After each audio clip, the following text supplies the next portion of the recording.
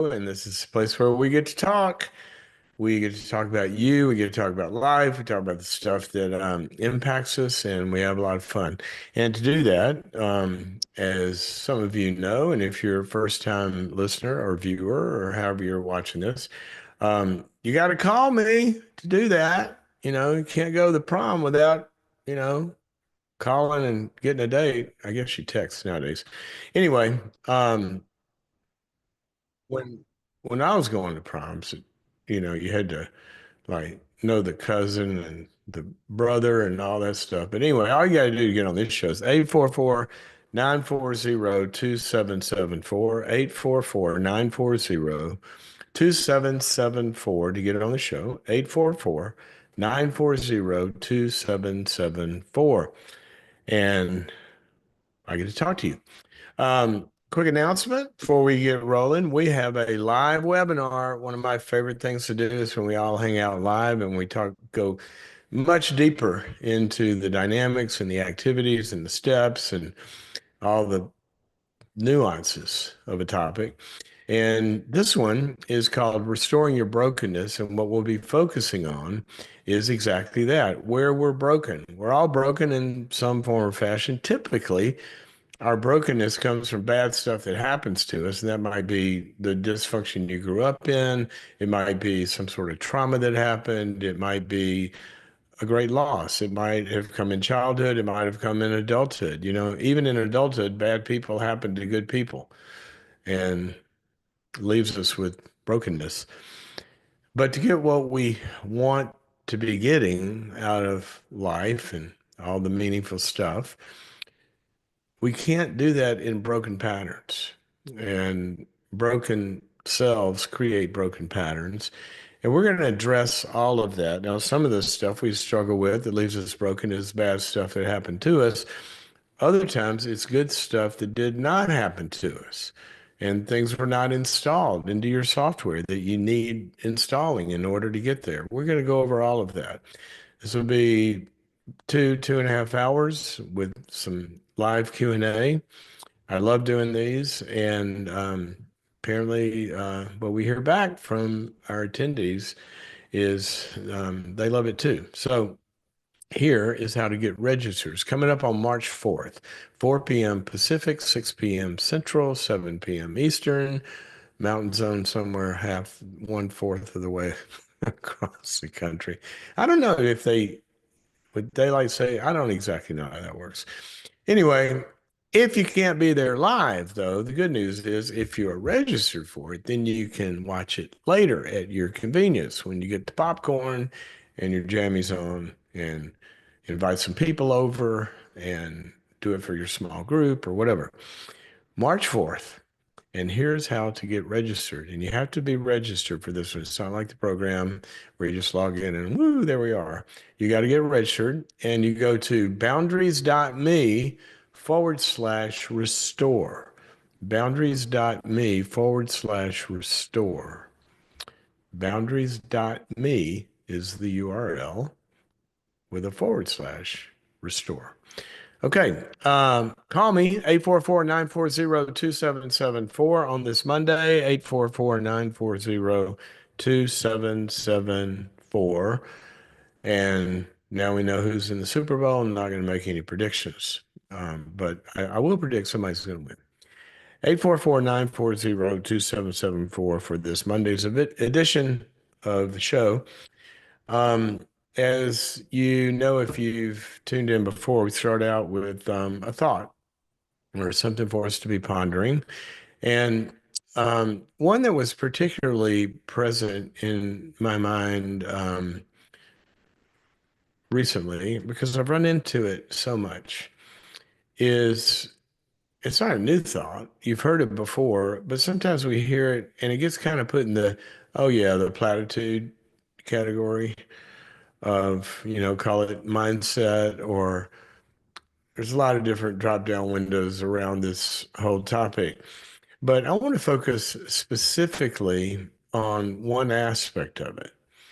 And this is something that I run into. I even run into this with high performers. I've seen people that have started businesses and they build it up to sometimes something, really significant, hundreds of millions. And they have the same mindset problem in getting to the next level of what they really dream about. And that's true for that end of the spectrum. It's also true for somebody that is just kind of getting by. I always talk about one of the goals in life is, a lot of times in life, and I was like this, we had to start out surviving. We're trying to overcome so much and just pay the bills and get out of bed in the morning. And now I'm going to make it through the next day. And we're just trying to survive. But there should come a point, we would hope, where we move out of survival mode from surviving to thriving. And that's where you're not trying to worry about surviving the next day, week, month, or this year, or whatever that, and that can happen because of some circumstances, but sometimes it becomes a way of life. And people are just surviving. We want to get to a place where we're not just surviving anymore. Now we got to move to thriving. And thriving is where you've hit kind of like you're above the waterline. You can breathe, but you want to swim somewhere great. And you've got a vision and a dream. Well, here's the reality. Most people have dreams, but there's a difference in a dream that's going to come true, which is really, I'd rather call a vision, and a dream that is just a fantasy. And people have fantasies and often retreat into fantasy life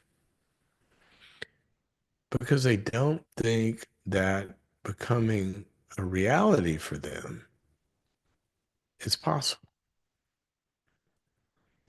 You used to hear, stuff like back in the old days, if you can believe it, you can achieve it, stuff like that.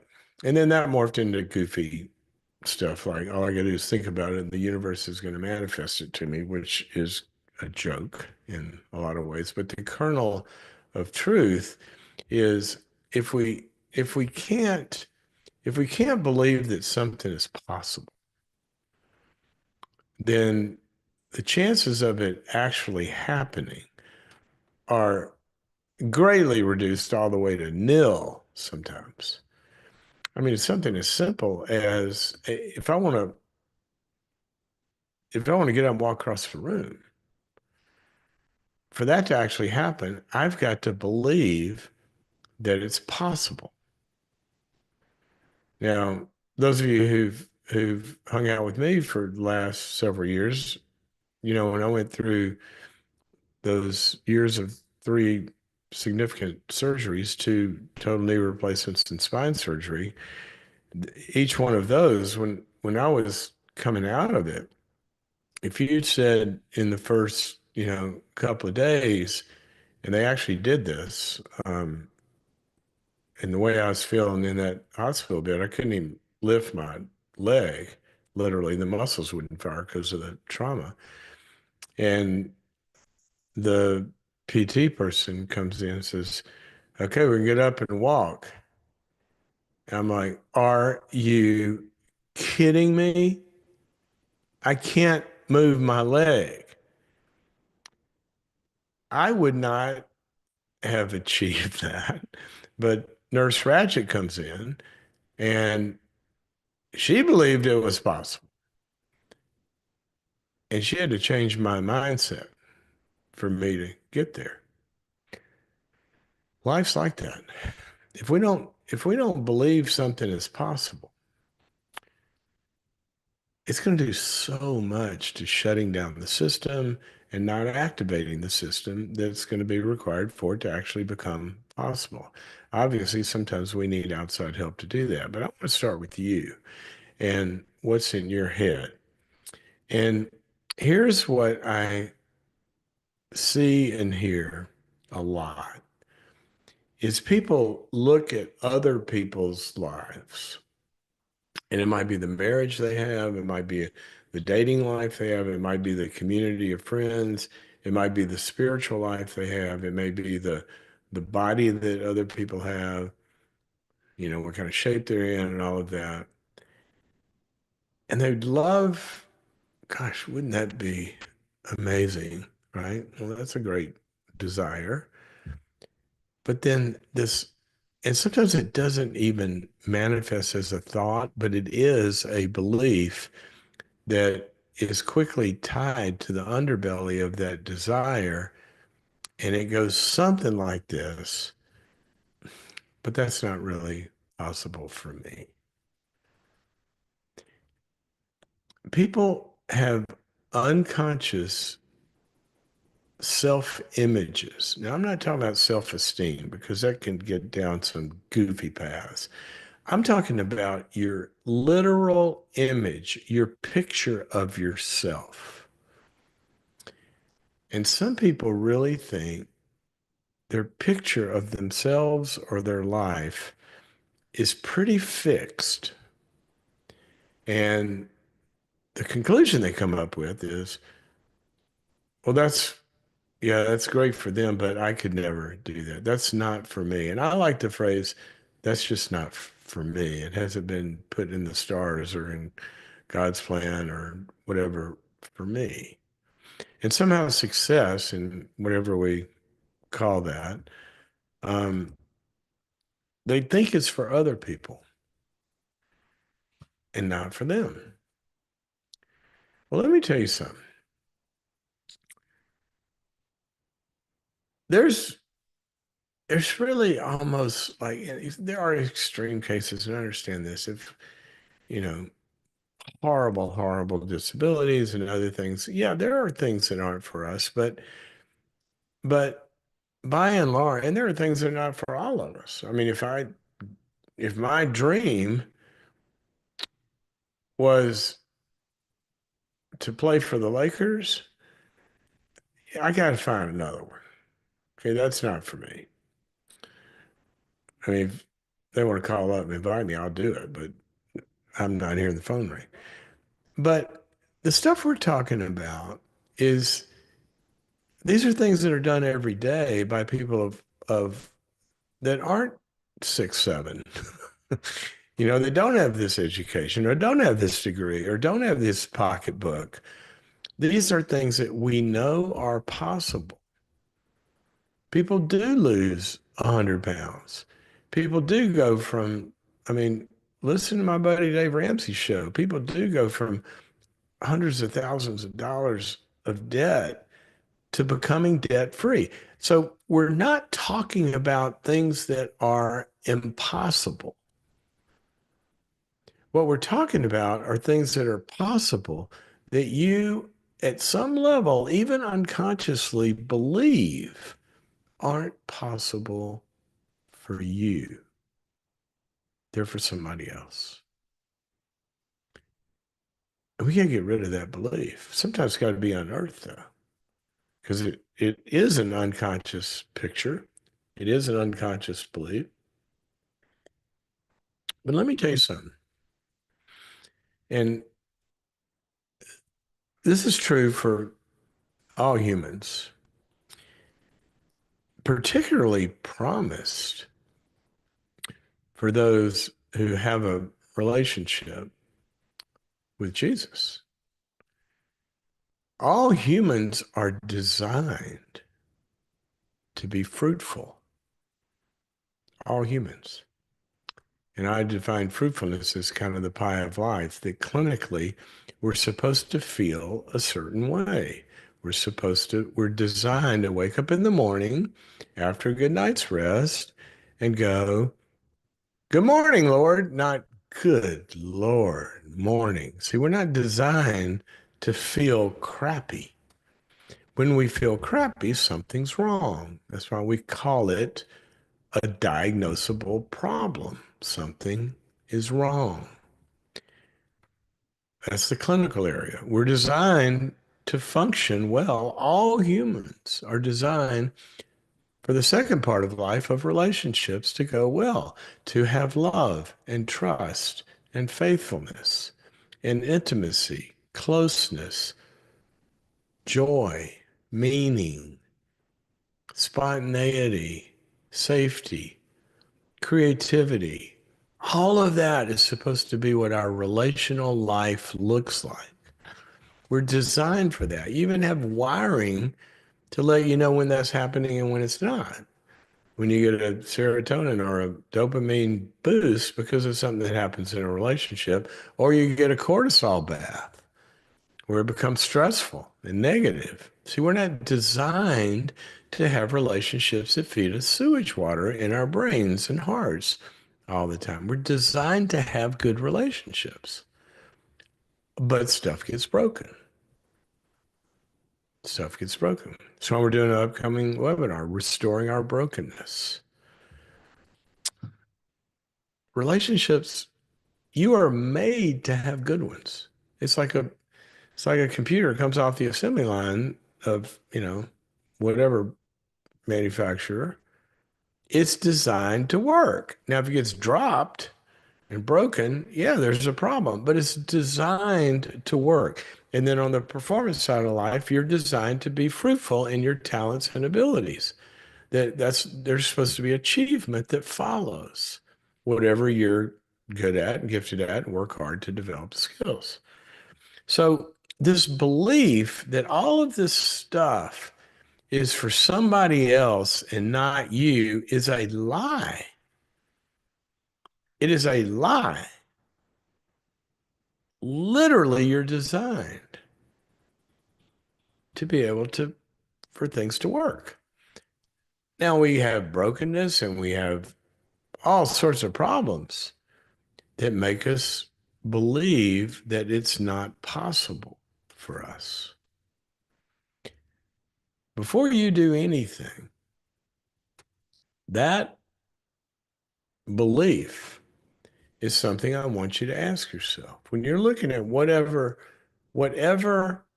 area of life we're talking about, the clinical arena, the relational arena, or the performance arena, if you're in a situation right now and you think, well, feeling better is just not for me, unfortunately, I just drew the wrong ticket number. Or a good relationship or relational functioning is not for me. Or reaching goals with my talents and abilities is not for me. I want you to really look at that. Do you somewhere question whether you're actually designed for more than surviving, but thriving? Because you are. You came off a factory line. And if you're a person who knows Jesus, let me tell you what he says directly. I love this. One of my favorite verses in Ephesians 2. It says, we are his workmanship. Now think about that. Workmanship. Think whoever, your Apple designing a computer. That's workmanship. You designed something to work. You are his workmanship. And then it says this, you are created in Christ Jesus for good works that have been laid down beforehand for you to be able to walk in. Now that's the reality. Now, again, when a computer comes off the assembly line, it can get broken.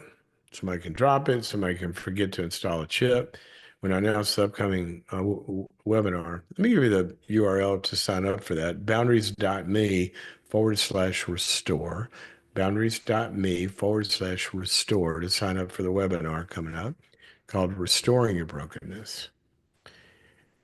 But the brokenness that might have happened to you has turned into a belief that you are broken. I know what that's like. If you read my book, Why I Believe, it's the one place where I tell my whole story of total brokenness and inability even to like function in those three areas. if that had become a fixed belief, that would have kept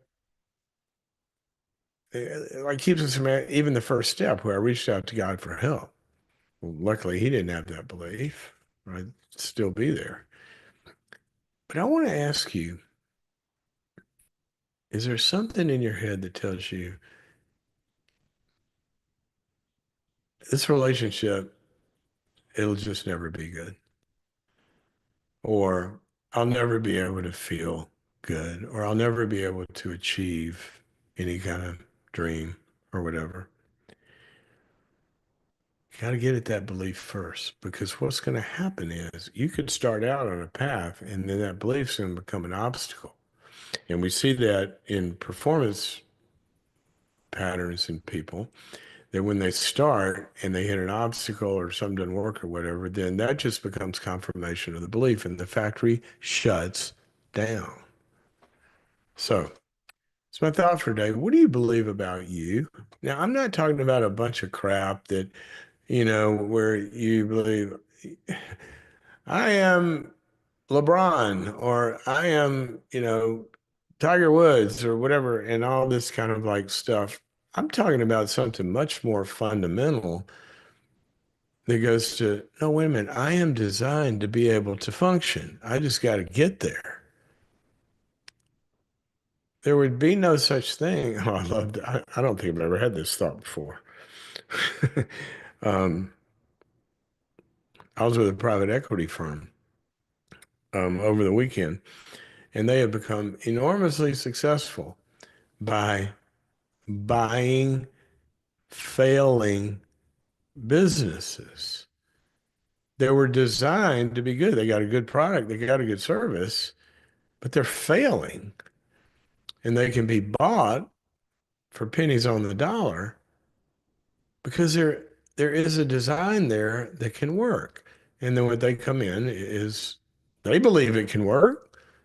They know it can work, and they come in and redesign operations and all this kind of stuff, and they get them to very successful ventures. But the thought I said I never quite had before is there would be no such thing as used and broken computer shops, used and broken car shops, used and broken, houses that are run down, where the people they're broken. They're not where they ought to be. They're broken, but they can be made to thrive.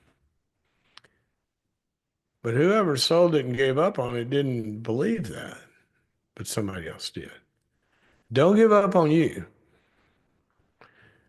Get to that belief and say, wait a minute, I don't know how yet, but I know I'm designed for better than this. First step. All righty. 844-940-2774. We're going to go to some callers here in a second.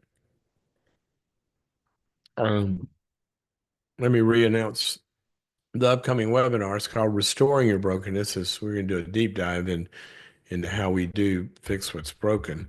March 4th, 4 p.m. Pacific, 6 p.m. Central. You go to boundaries.me/restore to get signed up for that. And you do have to register for this. So it's not like the show where you just log in. This is a deep dive and live Q&A about what we will talk about. So get signed up, boundaries.me/restore. But before I go to the live calls, let me see here, get over to my trusty screen where I can talk to our team. There. Go to a write-in call or two. Write-in call. What the heck is a write-in call? I'm the master of mixed metaphors. Oh no, now I've got I lost my screen there. Okay. So here's our first write-in. I have a few goals and dreams in my life that simply didn't pan out, even though I worked very hard to pursue them. the reality set in that these things are not going to happen right now. The demands and responsibilities of life require me to shift my attention elsewhere, at least for the next few years. But I can't stop thinking about those dreams and about how much I wanted that to be my life rather than this. How can I let it go? I'm becoming depressed and I don't know how to cope. How do you let go of dreams that don't work out? Boy, that fits in. It's almost like you heard us talking there when you wrote that in. Um, I want to unpack this for a second because there's a few phrases in here that I think will be good for all of us. When you said you've had a few goals and dreams in my life that simply didn't pan out, even though I worked very hard to pursue them. Number one, the most important thing we can do with that sentence is this: welcome to the party. If you draw a conclusion from that, that you're not able to ever reach a goal or dream, then that's a lie because I don't know anyone who's ever succeeded at anything that hasn't had a lot of those experiences early on and even later on where they had goals and dreams that didn't pan out, even though they worked very hard to pursue them. I want to just say a little bit about this for a second. It may be, it may be um, that there was something wrong with the goal. Okay. Now, that doesn't mean the passion or the desire behind it, if there's something wrong with it. It means a specific definition of the goal itself uh, wasn't going to happen for a variety of things that are outside of your control. Let me give you an example. Well, there's two parts to that. One is that it may be that you've just hit some obstacles and perseverance is called for until we find out that it's a flawed goal. Let me give you an example of this, and then I'm going to go to the second one of it. It may be that the goal gets flawed because of external circumstances, but you have to resurrect the passion that's behind it. All right. Let me give you two examples of both, or one of the first one. I'll just share from my own life. I had a vision when I was in my 20s that I wanted to do a faith-based psychiatric hospital. I had worked a lot in inpatient, and I loved inpatient work where people could stay 30 to 60 days and we could really do some incredible things.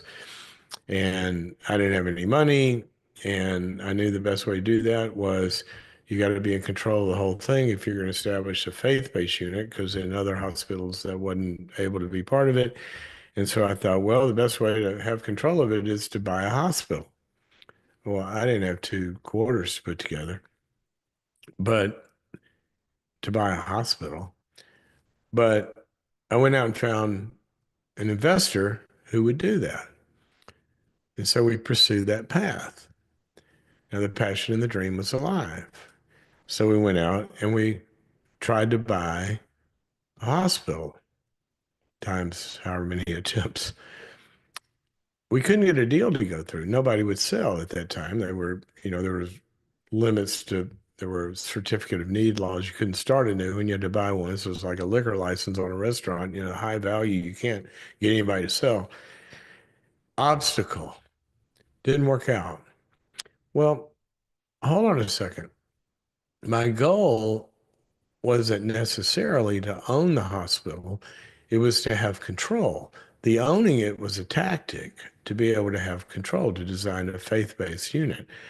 So then I had to ask, well, what's a different way of having control than owning?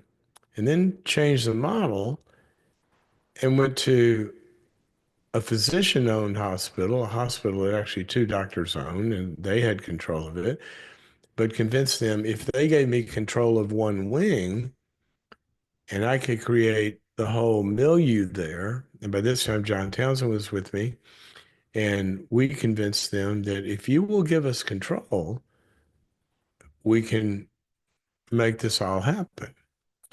And so They said yes. And they put money into it. And they bought radio time and advertising time, which you had to do back then. And we started and we got launched. Oh, by the way, forgot to tell you, the first attempt at that, we were all set up with another hospital and worked a year to open it up.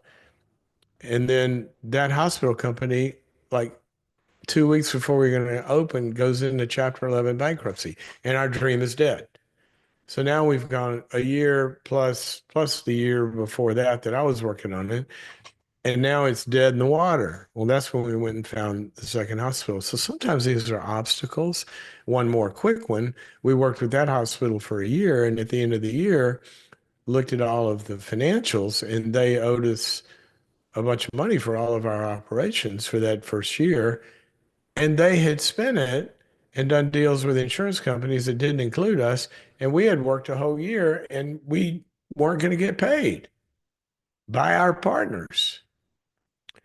So we had to uproot then and go find another. We had to start over. So sometimes this is about, this is what you have to ask. This is about, did I persevere long enough? I'm not saying you didn't, but sometimes, if we had quit then, it wouldn't have happened. Did I persevere long enough? And do I have a need to pivot because I've attached my tactic to the passion and the goal? The passion and the goal may be good, but the tactics is wrong. The tactic is wrong. Sometimes that's the case. Okay. And then we got up and running in a new thing. And 4 years after beginning this, working 8,000 hours a week, I got my first paycheck 4 years later after starting it. Sometimes it takes a while. So that's one question about this. But let me get to the other piece. And this is true for so many situations. We started that company. We ended up with hospitals and treatment centers in about 45 cities throughout the Western United States. It was my life's dream. We were going, it was so cool. We had the best, we had the best staff and psychologists, and great things were happening in people's lives, and couldn't have been more fulfilled. Well, then something happens 10 years later called managed care that comes in and wrecks the insurance industry. And all of a sudden, the business model that we had literally will not work anymore. So there's however many years of my life over. I mean, it would still work as a business, but I didn't go into it for the business. I went into it for the mission. And now we could have 3 to 5 days with somebody, medicate them, stable them, get them out. But I couldn't do the spiritual mission and the healing mission. That was the passion behind it. So now the way that I was going about it and the structure of what I put as the dream. See, if my purpose had been to have hospital units, it would have died. But my purpose was I wanted to see spiritual and emotional and relational healing in people's lives. The hospitals were a way of doing that. So then I had to go back and say, but my passion hasn't died yet. And that's what I hear in your question. Your passion hasn't died. So it may be, I mean, I've got a good friend, for example, that is a very successful television writer in Hollywood. And the structure of what the shows that he was working on and this that, and the other, as the media business has changed, those don't really exist anymore. But his passion is writing and creativity and the creative process. That didn't die. Now he's teaching screenwriting to college students and loves it because the passion doesn't have to go away, even if the way we were going to do it changes. You see this all the time. One of the places I see this a lot is people that have such a passion for children. And then they get married, they want to have children, and then they can't. And they do everything possible. They persevere as hard as they can, as long as they can, and it's just not happening. Well, their passion is for children. So then they adopt. See, the passion is expressed in a different way. Sometimes I've seen singles who want to get married and have children, and have a passion for children. That's not happening. They're not going to adopt by themselves. And they start giving their lives, either volunteer basis or professionally, into some sort of children's ministry or, other way. So I want you to go back to it doesn't mean that the passion has to die. It may be that either more perseverance, a different model, a different path is necessary, which is a whole nother topic. Or it may be that a different way of expressing the same passion can still exist. Right now, what we're doing, I hope this is helpful to somebody because it's my passion to talk about life and helping people move from here to there and get closer to God and His ways. I used to do that in hospitals. Now I have to do it here. And, with my private clients and otherwise, but I'm happy as a clam because our clams happy. I don't know where that saying comes from. I hope they are. I sure like them. They there's other ways that we can do what our gifts and talents are designed to do. So, a few thoughts on that. All right. Let's go to a couple of callers here as we are continuing to move on. Let's see. Let's go to Candace, who's calling us from California, keeping church support. I've separated from my husband. He's an angry person, lashes out at me and my daughter. We don't have any kids together. My church is trying to get us reconciled. It's not an option. I need my church right now. I have cancer and need support. I feel like I'm doing the right thing without support of the church, it's hard finally. Candace, welcome to the program.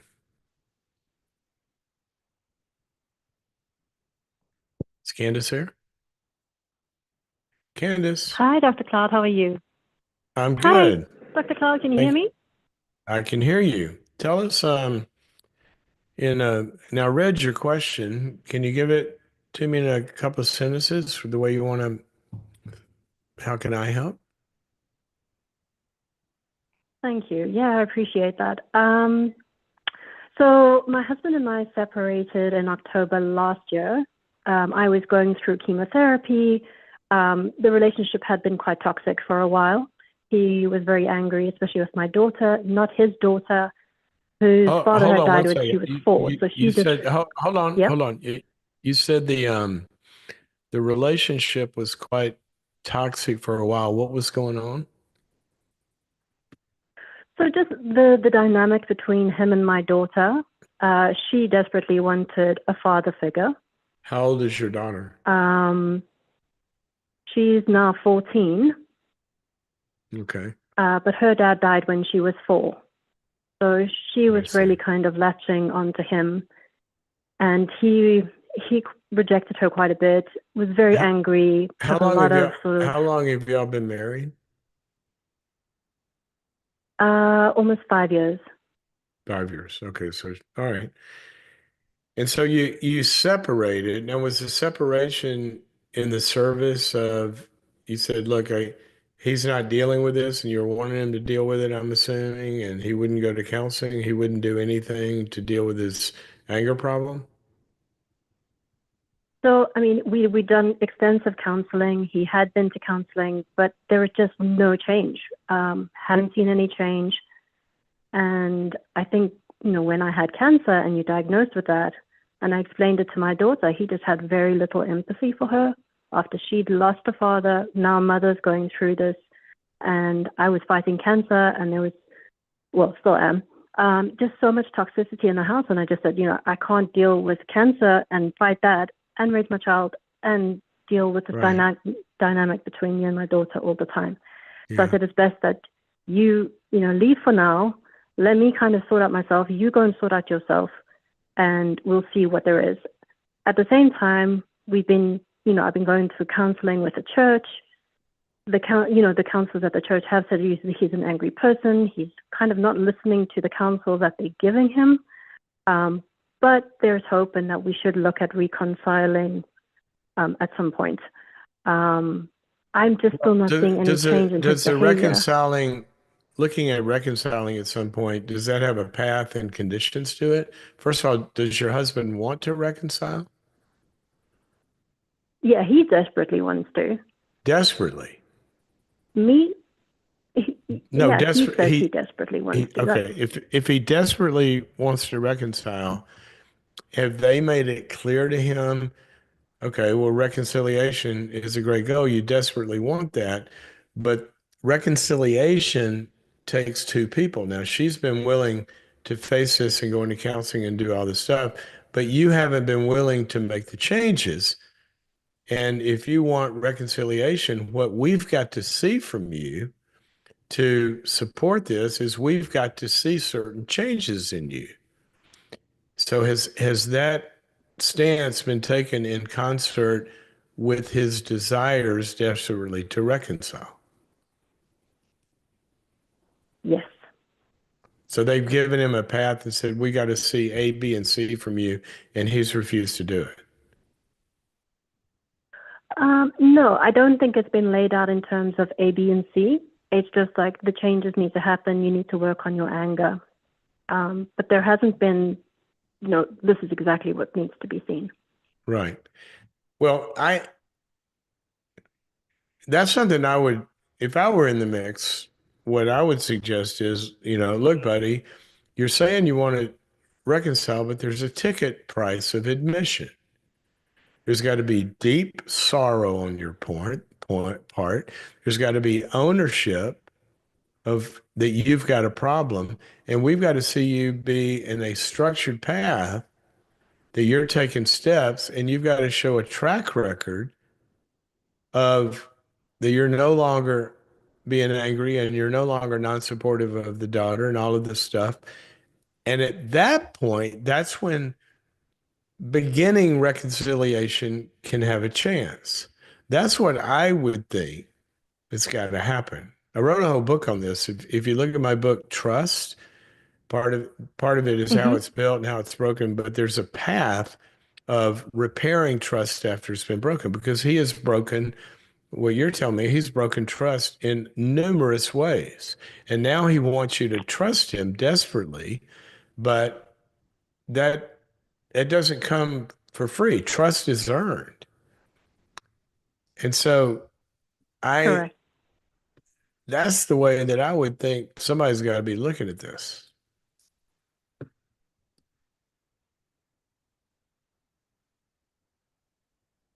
Still Yeah. there? No, I agree with you. That, yep, that makes sense. Okay, so does that answer your question? They can't just say, hey, It you got does. to Thank you so become, much. you got to become non-angry. But if that answers your question, another thing I would say is because I deeply feel for all that you have on your plate. The cancer thing is huge. And you said are you getting the cancer support you need from the church? Yes, they are supportive. Great. Um, yeah, they are. Yeah. I think it's just where I'm stuck is, when we say take ownership, if there's been any sort of communication with him, the blame just goes back onto you. My daughter actually wrote him on Christmas Eve, she wrote him just a quick message just to say, you've really hurt me. This is what you've done. This is what you've said to me. And he said, well, the sad thing is you've hurt me too. Um, and she's like, you're an adult. I'm a kid. How can you, there is no excuse for treating me horribly.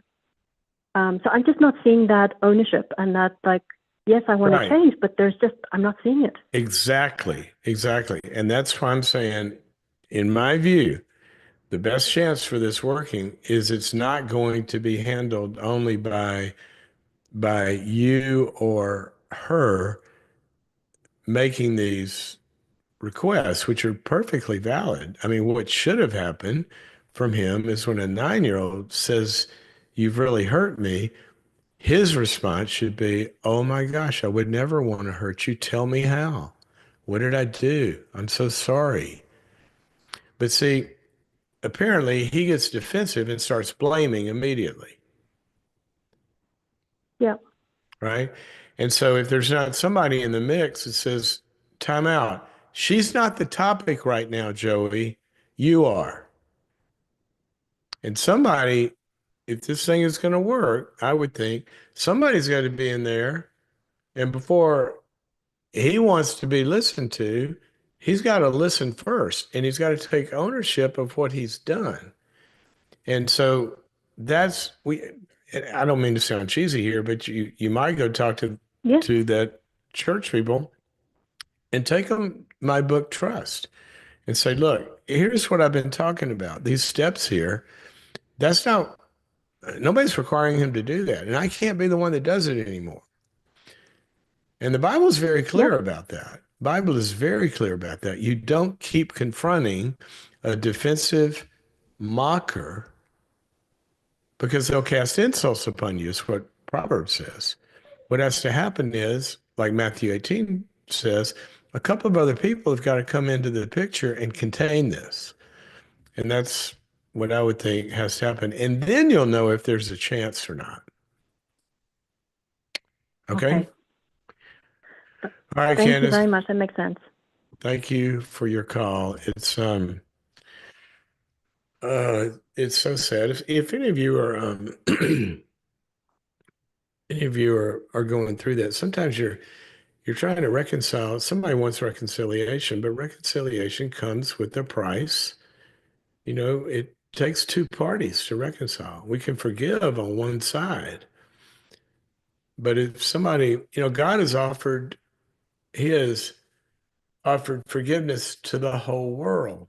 Not everyone is reconciled to Him and has access to that forgiveness because that takes two parties.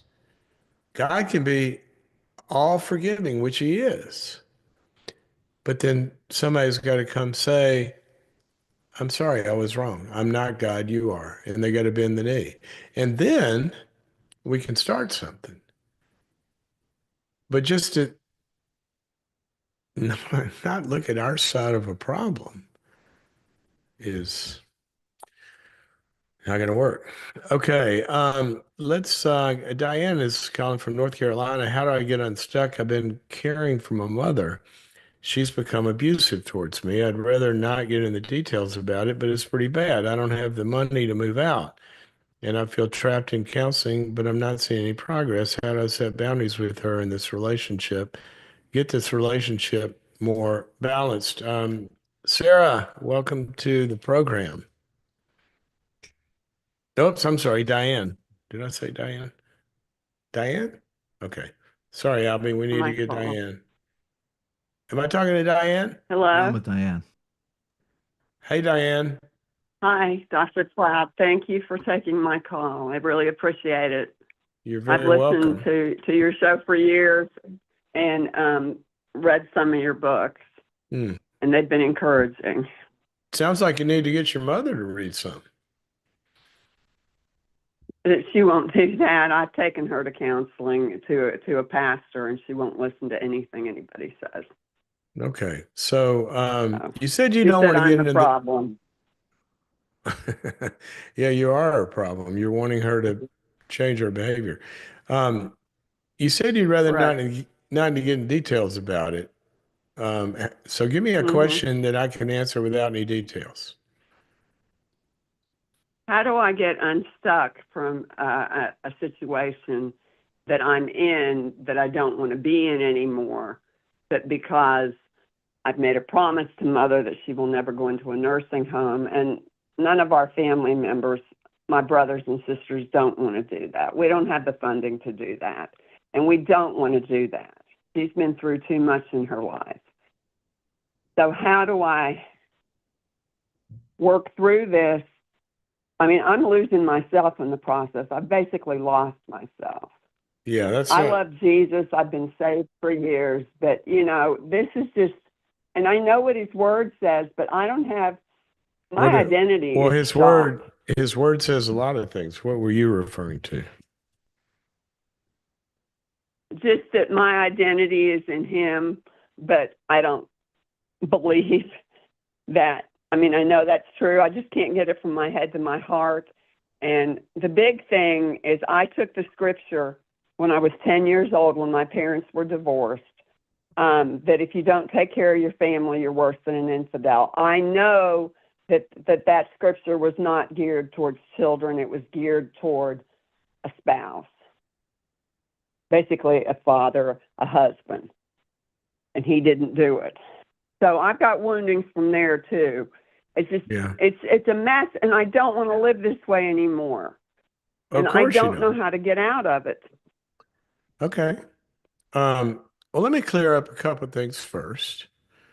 I Okay. don't know when you say it says that your identity is in him, that that kind of is a very complicated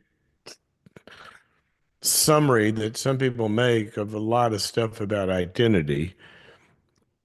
And Mhm. our your identity of who are you? Yeah, you're a child of God. Okay. Mhm. And you're seated in Yeah. the heavenlies in his righteousness. Okay, great. But you got to walk out the door and get life to work. And so just the Yeah. claiming of that has got much more to it than people try to oversimplify it in there. So Mhm. I would not think that you can live in a very awful situation day after day and think, well, I'm just going to claim my identity. I'm supposed to feel better. So get over that burden first of all. Okay. Okay. You don't have to, Mhm. doesn't mean you're failing at the identity card. It doesn't mean that at all. And the second thing about, Mhm. the Bible does say that we're to make a return to our parents and that charity starts in the family, it starts in the home. And then it also says it goes from Mhm. there to the larger community. Okay, so secondly, you are not the entire source of everything that is supposed to be provided for your mother, either materially, emotionally, psychologically, or anything else.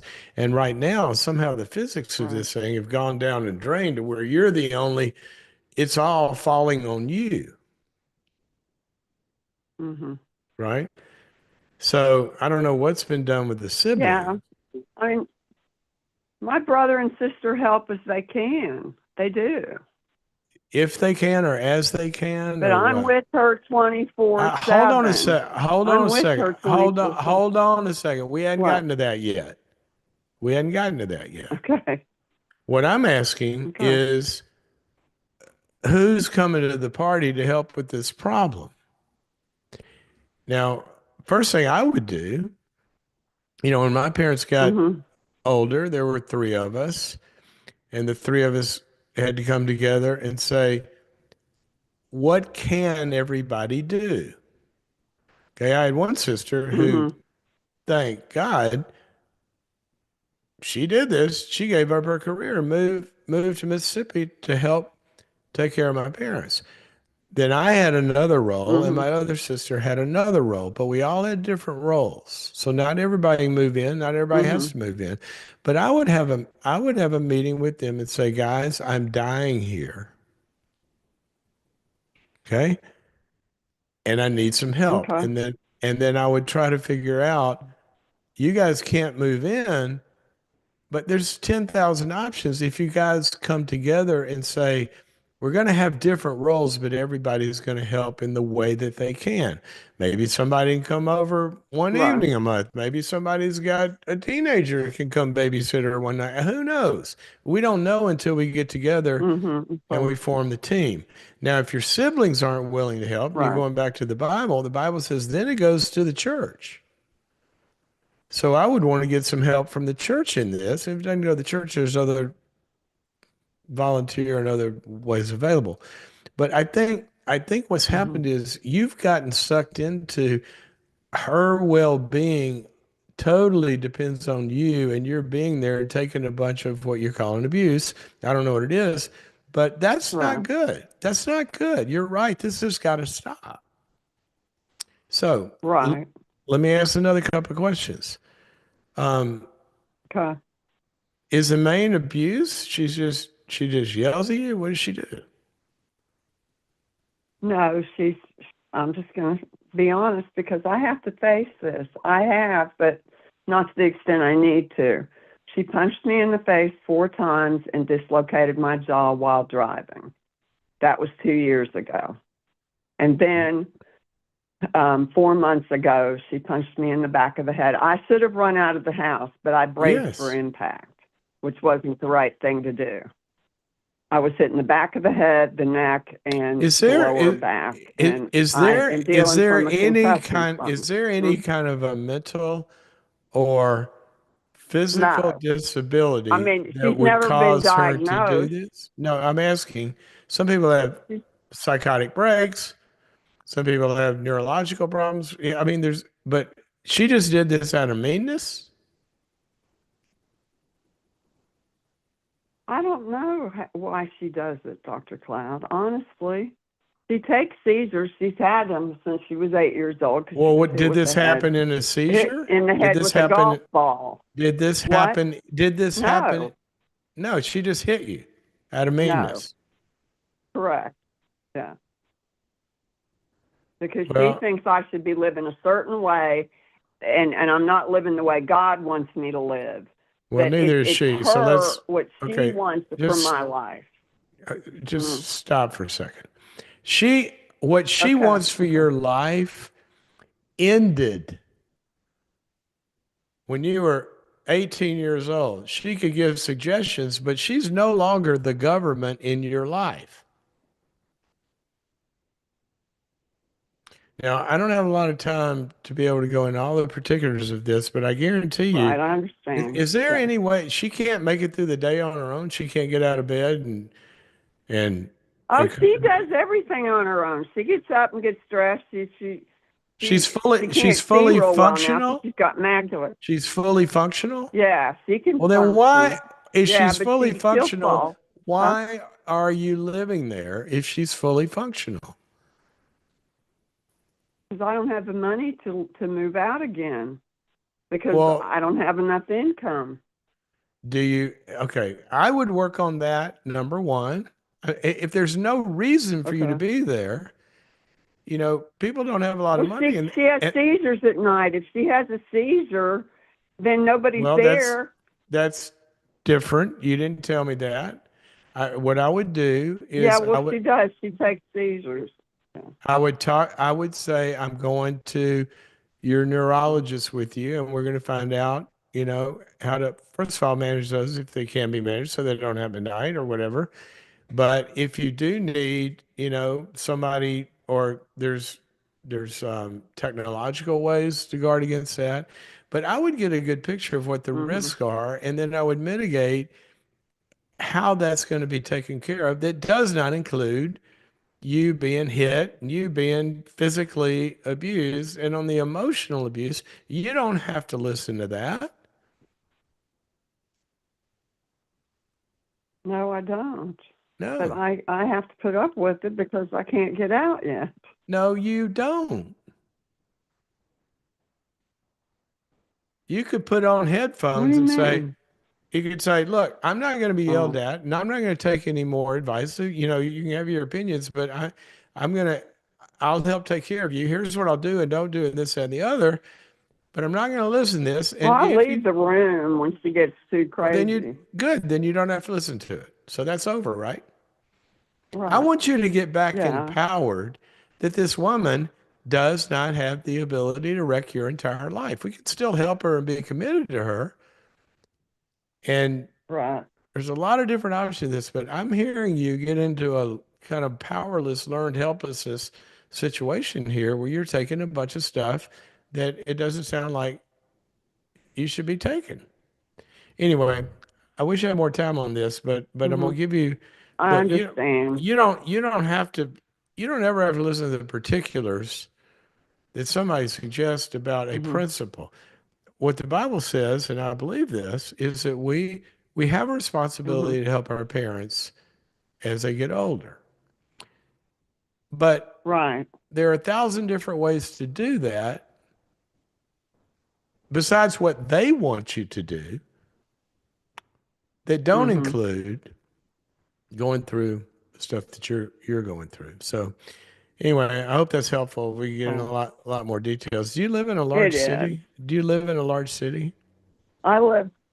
Yeah, I'm in Charlotte, North Carolina. Yes, sir. Okay. What I would do is I'd go to some of the biggest Mhm. churches there, and Mhm. I would say, look, I got a situation with them, and I'd lay it out for them. What kind of help do you have? What kind of support groups? What kind of volunteers? What kind of, all of that. And then I would go Okay. to really looking at, she may, you need to talk to the neurologist, but what kind Mhm. of preventative care does she actually need? And then I would begin to, as best I Mhm. could, explore those options. Sorry, you gotta run, but this is it's something we hear a lot in terms of it's a horrible problem um, right now, specifically. And some people even find themselves in the sandwich generation where you're taking care of elderly parents and you've still got kids. And so you got two generations that are dependent on you.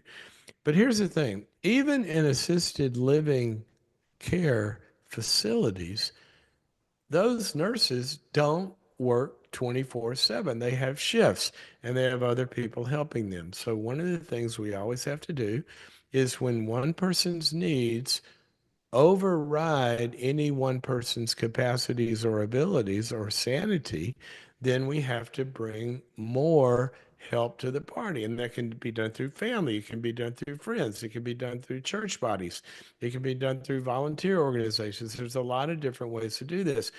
But this thing called compassion fatigue is a real thing. And you have to be very careful. It does sometimes take a village. And sometimes we have to go to work to kind of find in that. Okay, we are out of time. I, gosh, we got some great calls. There's some people waiting on the line. I would, God willing, we will be here. Where are we right now? We will be here tomorrow, I think, at the same time, I believe.